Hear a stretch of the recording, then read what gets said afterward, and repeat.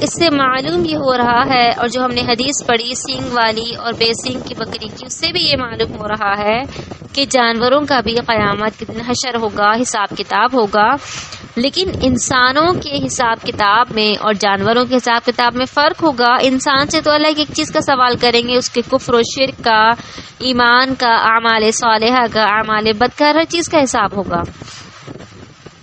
مگر جو ظلم کسی جانور نے دوسرے پر زیادتی کی صورت میں کیا ہوگا تو اس کا بدلہ اس جانور کو بھی دینا ہوگا، کیونکہ اتنی عقل اللہ نے اس جانور کو بھی بخشی، جیسا کہ ہم نے ابھی اس حدیث سے پڑھا جو کہ سینگ والی اور بے سینگ کی بکری ہے۔ لیکن دونوں میں فرق اتنا ہوگا کہ جو انسان ہیں جب ان سے حساب کتاب ہوگا تو انہیں جنت اور دوزخ کی صورت میں ان کے اچھے عمل کی بنا پر جنت اور برے عمل کی بنا پر دوزخ دی جائے گی، ٹھیک ہے، جو کہ ان کی جزا اور سزا ہوگی۔ لیکن جانوروں کے ساتھ یہ معاملہ نہیں ہوگا کہ انہیں جنت اور دوزخ نہیں دی جائے گی، بلکہ ان کا جو یہ حساب ہوگا جو یہاں پہ حدیث سے ہمیں پتہ چل رہا ہے، تو پھر انہیں معدوم کر دیا جائے گا، یعنی وہ ختم کر دیے جائیں گے اسی وقت۔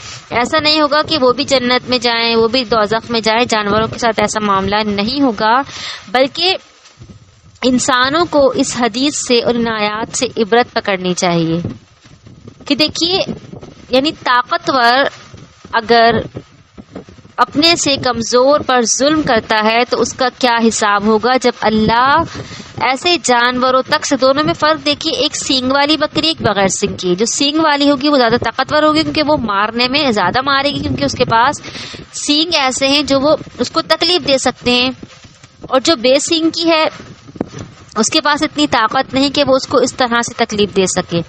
تو جو طاقتور انسان اپنے سے کمزور پر ظلم کر رہا ہوتا ہے، اپنے سے ماتحت کے حقوق مار رہا ہوتا ہے، اپنے سے ماتحت کے ساتھ برا سلوک کر رہا ہوتا ہے، وہ ذرا سوچے اور تھوڑا سا تصور کرے جب میں اور آپ اپنے رب کے سامنے کھڑے ہوں گے اور اللہ مجھ سے اور آپ سے کس کے بارے میں سوال کر رہے ہوں گے۔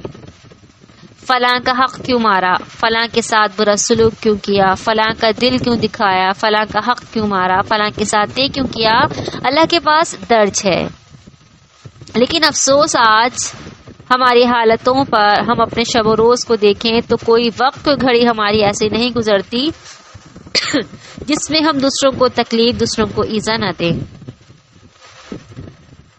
یہ بہت بڑا گناہ ہے، حقوق العباد کی ادائیگی نہ کرنا، کسی کو اذیت دینا، تکلیف دینا۔ وہ شخص مومن ہی نہیں جس کی زبان اور ہاتھ کی تکلیف سے دوسرا مسلمان محفوظ نہ رہے۔ ایک ایماندار کی علامت یہ ہوتی ہے کہ وہ اپنے مسلمان بھائی کو اذیت اور تکلیف نہیں دیتا۔ تو ہم نے اپنے شب و روز پر نگاہ دوڑانی ہے اور دیکھنا ہے کہ آیا میرے کسی عمل سے، میرے کسی الفاظ سے، میری کسی حرکت سے سامنے والے انسان کو جن کے ساتھ میں رہتی ہوں ان کو کوئی تکلیف، کوئی پریشانی تو نہیں آتی۔ اللہ یہ تمام چیزیں درج کر رہے ہیں۔ بعض اوقات ہم ایسی باتیں کر بیٹھتے ہیں کہ سامنے والے انسان کو ہم بہت تکلیف دے دیتے ہیں، کبھی ہم غصے کی حالت میں اور کبھی میٹھی زبان میں ہم سامنے والے انسان کا دل دکھا بیٹھتے ہیں اور نہیں سوچ رہے ہوتے کہ اللہ کے پاس چیز درج ہو رہی ہے۔ اللہ ہم سے اس بارے میں پوچھیں گے، بتاؤ فلاں وقت میں تم نے فلاں کے ساتھ ایسا سلوک کیوں کیا۔ اللہ سے دعا کرتے ہیں کہ اللہ تعالی ہمارے شب و روز اس طرح سے ہمیں گزارنے والا بنا دے کہ ہم حقوق اللہ اور حقوق العباد کی صحیح ادائیگی کر سکیں، کیونکہ جب رب تعالی حساب لینا شروع کریں گے تو میں اور آپ کہیں پر اپنا منہ چھپانے کے قابل نہ ہوں گے کہ کہیں بھاگ جائیں، کہیں چھپ جائیں، جو گناہ ہم کرتے ہیں شب و روز میں۔ اسی لیے اعمال صالحہ کرنے ہیں، کوئی ہمیں بچانے والا نہ ہوگا، کوئی پیارا نہیں آئے گا، کوئی چاہنے والا نہ آئے گا، کوئی یہ نہیں کہے گا اللہ اس کو چھوڑ دیجئے، ان کی جگہ مجھے عذاب دے دیجئے، کوئی بھی ایسا نہ ہوگا۔ اس لیے اپنی فکر خود کرنی ہے، اپنے اعمال کا خود خیال رکھنا ہے کہ میں اپنے شب و روز کس طرح سے گزار رہی ہوں، اور جب میں اپنے پروردگار کے پاس جاؤں گی تو میرے پروردگار نے جب مجھ سے سوالات کرنے ہیں تو میں پھر اپنے رب کو کیا منہ دکھاؤں گی۔ آگے بڑھتے ہیں۔ اور جن لوگوں نے ہماری آیتوں کو جھٹلایا وہ بہرے اور گونگے ہیں، جو اندھیروں میں کہ حق کو دیکھ بھی نہیں سکتے۔ اللہ جسے چاہے اسے گمراہ کرتا ہے اور جس کے متعلق چاہتا ہے اسے راہ راست پر لگا دیتا ہے۔ اللہ کہتے ہیں جو شخص اللہ کی آیات کو جھٹلا دے اس پر ہدایت کی راہیں سب مسدود ہو جاتی ہیں، ختم ہو جاتی ہیں۔ یعنی ہم نے پہلے بھی پڑھا کہ ہم جس راہ کے لیے کوشش کر رہے ہوتے ہیں اللہ وہی راہ ہمارے لیے ہموار کرتے چلے جاتے ہیں۔ اگر ہم ہدایت کی راہ کی طرف گامزن ہونا شروع ہو رہے ہیں، کوشش کر رہے ہیں، تو پھر اللہ ایسے راستے بنا دیتے ہیں کہ ہم اسی راستے کو چن لیتے ہیں جو ہمیں صراط مستقیم کی طرف لے کر جا رہے ہیں۔ لیکن اگر ہم اللہ کی آیات کو جھٹلا رہے ہیں، نافرمانیوں میں زندگی بسر کر رہے ہیں، گمراہی کی راہوں میں اپنے آپ کو لگا رہے ہیں، تو ہدایت کی راہیں پھر ہمیں نہیں ملنے والی ہیں۔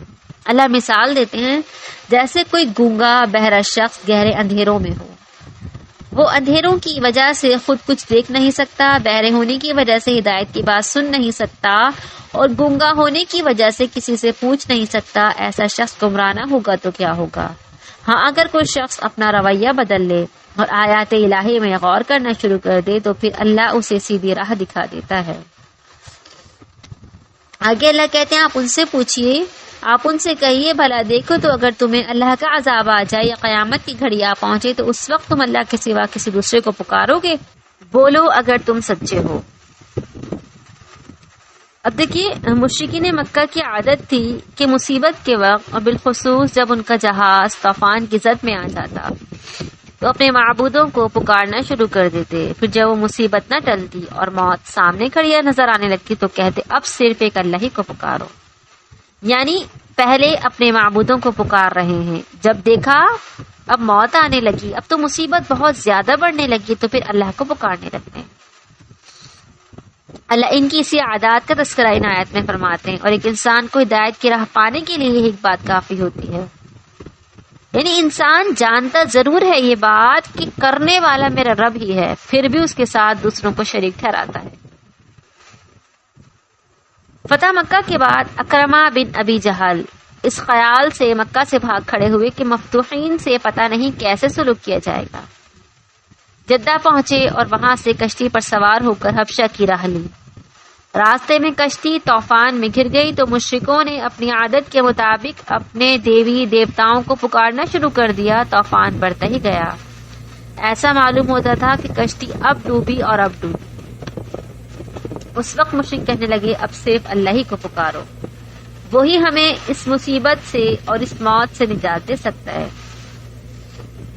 ایسے نازک وقت میں یہ جملہ سن کر اکرمہ بن ابی جہل کی آنکھیں کھل گئیں اور وہ سوچنے لگے کہ اگر سمندر میں مصیبت کے وقت اللہ ہی کام آتا ہے تو خشکی میں بھی اللہ ہی کام آنا چاہیے۔ وہ سوچنے لگے کہ 20 سال محمد رسول اللہ صلی اللہ علیہ وسلم سے اسی بات پر لڑتے رہے، وہ کہتے تھے مصیبت میں کام آنے والا صرف اللہ ہے اور تمہارے معبود نہ تمہارا کچھ بگاڑ سکتے ہیں اور نہ سنوار سکتے ہیں۔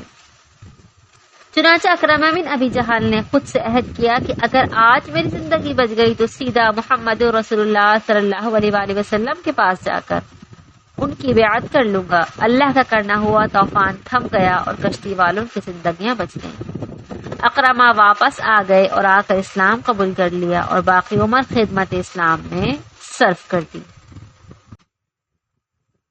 اور یہ صرف اکرمہ تک ہی محدود نہیں ہے رضی اللہ تعالیٰ عنہ، بلکہ جب موت سامنے نظر آنے لگتی ہے تو جتنے بھی قسم کے لوگ ہوتے ہیں سب کی زبان پر بے اختیار اپنے رب کا نام آ جاتا ہے اور اسے فریاد کے طور پر پکارنے لگتے ہیں، جو اس بات کی دلیل ہے کہ انسان خواہ کتنا ہی ضدی اور ہر درم بن جائے، اس کے اندر فطری طور پر حق پرستی کا ایک داعیہ باقی رہتا ہے۔ وہ جانتا ہے کہ آڑے وقتوں میں مجھے بے اختیار کس کو پکارنا ہے۔ اس واقعے میں ہمارے لیے بھی سبق ہے کہ جو ہم اللہ کے علاوہ کسی دوسروں کے دروں پر جاتے ہیں، مزاروں پہ چادریں چڑھاتے ہیں، دوسروں کے نام کی نظر و نیاز کر رہے ہوتے ہیں، دیگے بنا رہے ہوتے ہیں، ذرا سوچئے، جب کوئی طوفان آئے گا، جب کوئی سیلاب آئے گا، جب کوئی بارش کی صورت میں پانی بے تحاشا آ رہا ہوگا، جب کسی بھی طرح کے زلزلے یا طوفان انسانوں کے پاس آ رہے ہوں گے، تو اس وقت اے انسان، تمہارے معبود، تمہارے دیوی دیوتا جن کو تم پکارتے ہو، وہ تمہاری مدد کریں گے یا تمہارا پروردگار تمہاری مدد کرے گا؟ لہٰذا ہر مشکل میں، ہر تکلیف میں، ہر مصیبت میں، ہر پھنسے ہوئے وقت میں، ہر خوشی میں، ہر غم میں اگر پکارنا ہے تو صرف اللہ ہی کی ذات کو پکارنا ہے، کیونکہ اللہ کے علاوہ کوئی نہیں ہے ہماری مصیبت میں، ہماری خوشیوں میں، ہمارے غم میں۔ اگر ہمارا ساتھ دینے والا ہے، اگر کوئی ہمارے کام آنے والا ہے تو وہ اللہ ہی کی ذات ہے۔ لہٰذا زندگی کے کسی موڑ پر کسی غیر اللہ کو ہم نے اپنی تکلیف میں نہیں پکارنا، کیونکہ ہم یہ بات جانتے ہیں کہ ہماری دردوں کو، ہماری تکلیف کو، ہماری پریشانیوں اور مصیبتوں کو اگر دور کرنے والا کوئی ہے تو وہ اللہ ہی ہے۔ جس طرح کہ اقرمہ بن ابی جہل، جو کہ غیر مسلم تھے، اسلام نہیں لائے تھے اس وقت تک، لیکن جب اپنے رب کا کرشمہ دیکھا کہ جب ہم مشکل میں پھنسے ہیں، جب تو ہمارے دیوی دیوتا جن کو ہم پکارتے چلے آ رہے ہیں وہ ہماری مدد نہیں کر رہے، جب ہم مشکل میں اپنے رب کو پکاریں گے تو ہم خوشی میں، خشکی میں کیوں نہ پکاریں؟ جب ہم سمندر کی لہروں میں ہیں تو ہم اپنے رب کو پکارنے لگیں، جب ہم خشکی میں آ جائیں، جب ہم سکون میں آ جائیں تو غیر اللہ کو پکاریں، کہاں کا انصاف ہے؟ لہٰذا اقرمہ بن ابی جہل کی آنکھیں کھلی، اللہ کے نبی کی باتیں انہیں سچ معلوم ہونے لگی، اور پھر انہوں نے جا کر اللہ کے نبی کے ہاتھ پر بیعت کی اور اسلام لے آئے۔ اس لیے ہم نے بھی یہ سوچ کے رکھنا ہے کہ ہمارا رب ہی ہے جو ہمیں ہر چیز سے نجات دینے والا ہے۔ آگے بڑھتے ہیں، اللہ کہتے ہیں بلکہ اس وقت تم صرف اللہ ہی کو پکارو گے، جس تکلیف کے لیے تم اسے پکارتے ہو اگر وہ چاہے تو اسے دور بھی کر دیتا ہے، اس وقت تو جنہیں تم شریک بناتے ہو انہیں بھول جاتے ہو۔ اللہ کہتے ہیں دیکھو ذرا کہ جب تم تکلیف میں ہوتے ہو، مصیبت میں ہوتے ہو، پریشانی میں ہوتے ہو، تو تمہیں کون اس مشکل سے نکال رہا ہوتا ہے؟ اللہ نکال رہا ہوتا ہے، تو پھر تم کسی اور کو شریک کیوں بناتے ہو؟ آپ سے پہلے بہت سی قوموں کی طرف رسول بھیج چکے ہیں، پھر جب لوگوں نے نافرمانی کی تو ہم نے انہیں سختی اور تکلیف میں مبتلا کر دیا تاکہ وہ عاجزی سے دعا کریں۔ پھر جب ان پر ہمارا عذاب آیا تو وہ کیوں نہ گڑ گڑائے، مگر ان کے دل تو اور سخت ہو گئے، اور جو کام وہ کر رہے تھے شیطان نے انہیں وہی کام صورت بنا کر دکھا دیے۔ پھر جب انہوں نے وہ نصیحت بھلا دی جو انہیں کی گئی تھی تو ہم نے ان پر خوشحالی کے تمام دروازے کھول دیے، یہاں تک کہ جو کچھ ہم نے انہیں دیا تھا اس میں مگن ہو گئے، تو ہم نے انہیں اچانک پکڑ لیا تو وہ ہر خیر سے مایوس ہو گئے۔ اب دیکھیے اللہ رب العالمین ان آیات میں جو اللہ کی پکڑ ہوتی ہے اس کا نقشہ کھینچ رہے ہیں۔ دنیا میں اللہ کے جو عذابات ہوتے ہیں اس میں بھی اللہ کے چند قانون ہوتے ہیں جن کے تحت وہ عذابات، وہ مصیبتیں ہم پہ پڑ رہی ہوتی ہیں۔ ہوتا کچھ اس طرح ہے کہ جب کسی قوم میں اللہ کی نافرمانی کا آغاز ہوتا ہے تو اللہ ان پر ہلکے ہلکے چھوٹے چھوٹے عذابات نازل فرما رہا ہوتا ہے، کبھی قحط کی صورت میں، کبھی خشک سالی کی صورت میں، کبھی زلزلوں کی صورت میں، کبھی کسی وبا کی صورت میں، کبھی بارش بہت زیادہ ہونے کی صورت میں، تو کبھی سیلاب کی صورت میں۔ اور یہ عذابات کیا ہوتے ہیں؟ وارننگ کے طور پر آ رہے ہوتے ہیں، تاکہ انسان اللہ کی گرفت سے ڈر جائیں اور اپنے رب کے حضور توبہ کر لیں اور عاجزی کر لیں۔ اللہ کہتے ہیں اگر ان چھوٹے چھوٹے ہلکے ہلکے عذابات سے ڈر کر قوم خبردار ہو کر اللہ کی طرف متوجہ ہو جاتی ہے تو اللہ کہتے ہیں جو وبا، جو تکلیف ہم ان پر لے کر آتے ہیں ہم انہیں دور کر دیتے ہیں اس تکلیف سے، اور اللہ کی طرف رجوع کرنے کی بنا پر اللہ کی رحمتوں کا نزول ہونا شروع ہو جاتا ہے۔ ایک بات یہ ہو گئی، ٹھیک ہے، ہلکے ہلکے عذابات تو انسان نے کیا کرنا ہے؟ فوراً سے اپنے رب کی طرف رجوع کرنا ہے، توبہ استغفار کرنی ہے، تو کیا ہوگا؟ وہ عذاب رحمت کی صورت میں ہم پر بدل دیا جائے گا۔ پھر اگر وہ چھوٹے چھوٹے عذابات آئے لیکن توبہ نہ کی، نافرمانیوں میں پڑے رہے، عذابات آ رہے ہیں، پھر بھی سرکشیاں بڑھتی چلی جا رہی ہیں، گناہ پہ گناہ ہو رہے ہیں، زناکاریاں ہو رہی ہیں، بے تحاشا برے کام کر رہے ہیں، پھر اللہ کہتا ہے ان پر دوسری طرح کا عذاب لیتے ہیں۔ دوسری طرح کا عذاب کیا ہوتا ہے؟ عیش و عشرت کی فراوانی، جس میں لوگ ایسے مگن ہو جاتے ہیں کہ اللہ کو بھول ہی جاتے ہیں اور سمجھتے ہیں کہ ہماری تہذیب و تمدن اور ملکی معیشت میں ترقی ہو رہی ہے۔ دیکھیے، عیش و عشرت کی فراوانی میں اللہ کو بھول جانا یہ بھی ایک اللہ کا عذاب ہے۔ جن کے پاس مال و دولت ہے، ہر طرح کی سہولت ہے، وہ اللہ کی نعمتیں ہیں، یہ عذاب نہیں ہے، لیکن وہ نعمتیں آنے کی بنا پر اگر انسان اللہ کو بھول جائے تو وہ اس کے لیے ایک عذاب ہے۔ ہم عموماً کیا سمجھتے ہیں؟ جس شخص کے پاس پیسے کی فراوانی ہے، مال و دولت ہے، خوشحال زندگی گزار رہا ہے، ہم اکثر یہ کہتے ہیں کہ دیکھو فلاں شخص کتنا خوش قسمت ہے، یا فلاں سے اللہ کتنا راضی ہے جو اللہ اس کو اتنا نواز رہا ہے، میں تو اتنی نیکیاں کرتی ہوں، میں تو اتنے اچھے کام کرتی ہوں، پھر بھی اللہ مجھ پر ہی پریشانیاں اور مصیبتیں لے کر آتا ہے، اور فلاں لوگوں کو دیکھو جو اتنے گناہ گار ہیں پھر بھی اللہ اس کو نوازتے ہیں۔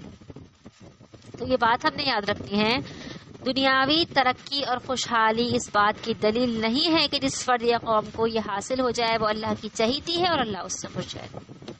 یہ بات ہم نے اپنے ذہنوں سے نکال دینی ہے کہ جس سے اللہ خوش ہوگا اس کے پاس مال و دولت ہوگا، دنیا کی فراوانی ہوگی، عیش و عشرت ہوگی۔ نہیں، یہ اس بات کی علامت نہیں ہے۔ اگر اللہ نے کسی کو یہ چیزیں عطا کی ہیں تو وہ اللہ کی نعمتیں اور ان سے بھرپور فائدہ اٹھانا ہے، لیکن اپنے رب کو نہیں بھولنا۔ جب ان نعمتوں عیش و عشرت کی فراوانی میں ہم اپنے رب کو بھول جاتے ہیں پھر کیا ہوتا ہے؟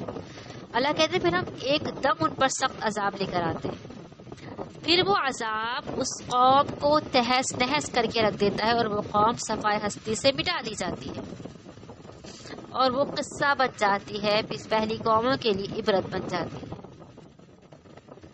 اللہ کے عذابات کی یہاں پہ بات ہو رہی ہے، تو اگر آج ہم اپنے ارد گرد نظریں دوڑائیں تو ہم پر بھی یہ قحط سالیاں، خشک سالیاں، بارشوں کی صورت میں، سیلاب کی صورت میں، وبا کی صورت میں آتی ہی رہتی ہیں، کبھی کسی طرح کی تو کبھی کسی طرح کی۔ لیکن یہ آیت ہمیں سکھا رہی ہے کہ جب ہمارے اوپر یہ پریشانیاں آئیں تو میں نے اور آپ نے مل کر کیا کرنا ہے؟ اپنے رب کی طرف متوجہ ہونا ہے، خوب گڑ گڑانا ہے، معافیہ مانگنی ہے، توبہ استغفار کرنی ہے، اپنے گناہوں پر نادم ہونا ہے اور اپنے رب کی قربت حاصل کرنی ہے، اگر اللہ کی طرف سے ہم پر یہ آ رہا ہے تو۔ اور اگر ہم نے ایسا نہ کیا تو اللہ کہہ رہے ہیں تمہیں عیش و عشرت تو دیا جائے گا لیکن تم اس میں اللہ کو بھول جاؤ گے، اور جب تم اللہ کو بھول گئے تو اللہ تم پر ایسا عذاب لے کر آئے گا کہ پھر تمہیں تہس نہس کر دے گا، تم صفائے ہستی سے مٹا دیے جاؤ گے۔ اللہ سے دعا کرتے ہیں کہ اللہ تعالی ہمیں اس طرح کے تمام عذابات سے محفوظ رکھے، چھوٹے بڑے، ہلکے بڑے، ہلکے ہر طرح کے عذابات سے اللہ ہمیں محفوظ رکھے، اور ہماری پکڑ ایسی نہ کرے جس طرح کی پہلی قوموں پہ پکڑ ہوئی تھی کہ وہ اپنے گناہوں کی وجہ سے صفائے ہستی سے مٹا دیے گئے تھے۔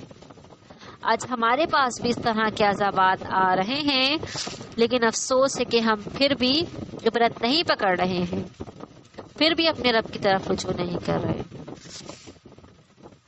اللہ کہتے ہیں اسی طرح ان ظالموں کی جڑ کاٹ دی گئی، اور ہر طرح کی تعریف تو اللہ رب العالمین کے، جس نے ایسے ظالموں کو نیست و نابود کر دیا۔ اللہ کہتے ہیں دیکھو جنہوں نے ایسا کیا ان کو تہس نہس کر دیا، صفائے ہستی سے مٹا دیا۔ اللہ ہم تمام پہ رحم کرے۔ اللہ کہتے ہیں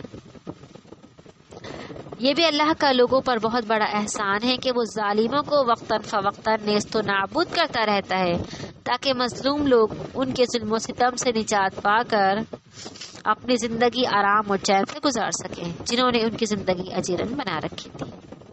آگے اللہ کہتے ہیں آپ ان سے پوچھئے بھلا دیکھو تو اگر اللہ تمہاری سماعت، تمہاری آنکھیں سلب کر لے اور تمہارے دلوں پر مہر لگا دے تو اللہ کے سوا کوئی اور معبود ہے جو یہ چیزیں تمہیں واپس لا دے؟ دیکھیے ہم کیسے بار بار اپنے آیات بیان کرتے ہیں، پھر بھی یہ لوگ منہ موڑ جاتے ہیں۔ اللہ کہتے ہیں اب دیکھیے اللہ اپنی نعمتوں کا تذکرہ کر رہا ہے، سماعت، بصارت اور دل، سمعکم و ابصارکم و ختم علی قلوبکم، کہ اللہ نے انسان کو جو سماعت عطا کی، جو بصارت عطا کی، جو دل عطا کیا، یہ بھی اللہ کی بہت بڑی نعمت ہے کہ انسان اپنے کانوں سے سن سکتا ہے. یعنی اللہ کا کیسا قانون ہے، کتنا پیارا رب ہے کہ اس نے ہمیں اتنی اچھی اچھی چیزیں عطا فرمائیں کہ جب ہم آنکھیں کھول دیں تو ہماری آنکھ ہمیں دیکھ کر بتا دیتی ہے کہ ہم دیکھ کر تمام چیزوں کو سمجھ رہے ہوتے ہیں. اس طرح ہمارے کانوں میں سماعت عطا کر دی، سننے کی طاقت عطا کر دی کہ ہم تمام باتوں کو سنتے ہیں، سمجھتے ہیں، دل میں محسوس کرتے ہیں. وہ اللہ کہتے ہیں کہ تمام چیزیں ہم نے تمہیں عطا کی ہیں. اللہ کہتے ہیں اگر ہم تم سے یہ چیزیں چھین لیں، سلب کر لیں، تو بتاؤ جن معبودوں کو تم میرے علاوہ پکار رہے ہوتے ہو، کیا وہ یہ معبود تمہیں یہ تمام چیزیں لا کر کے دے سکتے ہیں؟ ہرگز نہیں دے سکتے. تو کہتے ہیں اللہ پھر تم کیوں کر اللہ کی نعمتوں کو بھلا بیٹھتے ہو؟ آپ ان سے کہیے بھلا دیکھو تو اگر تم پر اللہ کا عذاب اچانک آ جائے یا علانی آ جائے تو کیا ظالموں کے سوا کوئی اور ہلاک ہوا؟ اب دیکھیں یہاں پر اس جملے کے کئی مطلب بیان فرمائے انبیاء کرام نے. ایک تو یہاں پر جو سب سے پہلے لفظ آیا بغتتن او جہرتن، تو پہلے ہم اس کا مطلب سمجھتے ہیں پھر باقی مطلب سمجھیں گے. بغتتن کا مطلب ہوتا ہے اچانک یا علانیہ کا مطلب ہے کہ ایک تو ہوتا ہے ایک دم سے عذاب آ جائے جس کی کوئی علامت ظاہر نہ ہو، اور علانیہ ایسا عذاب ہوتا ہے جس کی علامات پہلے سے ظاہر ہو چکی ہوں. ٹھیک ہے، جس کی علامات ظاہر نہ ہوں وہ یکدم عذاب ہوگا، بغتتن ہوگا. اور جو جہارتن عذاب ہوگا وہ ایسا عذاب ہوگا جس کی علامات تھوڑی تھوڑی پہلے ظاہر ہوئی پھر ایک دم سے بڑا عذاب آ گیا ہو. اب یہاں پر جو ہلاک ہونے والی بات ہوئی، مفسرین کرام لکھتے ہیں اس بارے میں، ایک یہ ہوتا ہے کہ عذاب آنے کی اطلاع اللہ تعالی انبیاء کو بذریعہ وحی عطا فرما دیتے ہیں اور انہیں ہدایت کر دی جاتی ہے کہ وہ اپنے پیروکاروں کو ساتھ لے کر اس مقام سے نکل جائیں جہاں عذاب ہونے والا ہے. اس طرح عذاب کی زد میں صرف ظالم ہی آتے ہیں. دوسرا مطلب یہ ہے کہ چونکہ عذاب ظالموں کے ظلم کی وجہ سے ہی آتا ہے، لہذا ظالموں کو چاہیے کہ بلا تاخیر توبہ کر لیں اور عذاب الہی سے خود بھی بچ جائیں اور دوسروں کو ہلاکت کا سبب بھی نہ بنیں. تیسرا مطلب یہ ہے کہ اصل میں تباہی اور ہلاکت تو ظالموں کے لیے ہی ہے کہ مرنے کے بعد بھی انہیں دوزخ کا عذاب بھگتنا ہوگا، اور صالح افراد تو موت کے بعد اللہ کے فضل و کرم کے مزید حقدار بن جائیں گے. اللہ تعالیٰ ان آیات میں اپنے عذابات کا تذکرہ فرما رہے ہیں. اللہ سے دعا کرتے ہیں کہ اللہ رب العالمین ہمیں ہر طرح کے عذابات سے محفوظ فرما لے. گناہ تو ہمارے بہت ہیں. جو پچھلی قومیں تھیں ان کے چند گناہ تھے، کوئی بڑی بڑی ایک دو خامیاں تھیں جو ان کے اندر تھیں جس کی بنا پر اللہ نے انہیں نیست و نابود کر دیا. لیکن آج افسوس ہے ہم امت محمدیہ ہمارے اندر کوئی ایک برائی نہیں پائی جاتی، ہمارے اندر تمام کی تمام برائیاں پائی جا رہی ہوتی ہیں، تمام کے تمام گناہ ہم کر رہے ہوتے ہیں جو بڑے گناہ ہیں جن کی بنا پر پچھلی قومیں ہلاک کی گئیں. آج ہم وہ سب گناہ کر رہے ہیں، لیکن اللہ کی رحمت ہے ہم پر کہ پھر بھی اللہ ہم پر وہ عذابات نہیں لا رہے، ہمیں ڈھیل دے رہے ہیں، ہمیں مہلت دے رہے ہیں کہ ہم اپنے رب کی طرف پلٹ جائیں. لیکن افسوس آج ہم پھر بھی اپنے رب کی طرف نہیں پلٹ رہے. ہم بہت گنہگار ہیں، ہم بہت خطا کار ہیں. ہم نے اپنے رب کی طرف رجوع کرنا ہے، اپنے رب سے معافی مانگنی ہے، اپنے گناہوں کی اپنے رب کو راضی کرنا ہے. اس میں ہی میں جو رب کی بقا ہے، ورنہ عذابات اللہ کے آ رہے ہیں جو ہمیں جھنجھوڑ رہے ہیں، جو ہمیں آہستہ آہستہ بتا رہے ہیں کہ دیکھو اپنے رب سے رجوع کر لو، ورنہ تمہارا بھی وہ انجام ہونے والا ہے جو تم سے پہلی قوموں کا ہوا. اللہ تعالی ہم تمام پہ رحم کریں، ہم سے راضی ہو جائیں. تو یہاں پر ہم آیت نمبر 47 تک کی تفسیر مکمل کر چکے ہیں. انشاءاللہ زندگی رہی اللہ نے چاہا تو پھر ملیں گے. آپ سب اپنا خیال رکھیے گا، دعا میں یاد رکھیے گا. اللہ حافظ. سبحانک اللہم و بحمدک، نشہد ان لا الہ الا انت، نستغفرک و نتوب الیک. وصلی اللہ تعالی علی خیر خلقہ محمد و آلہ و صحبہ اجمعین برحمتک یا ارحم الراحمین. السلام علیکم و رحمۃ اللہ وبرکاتہ.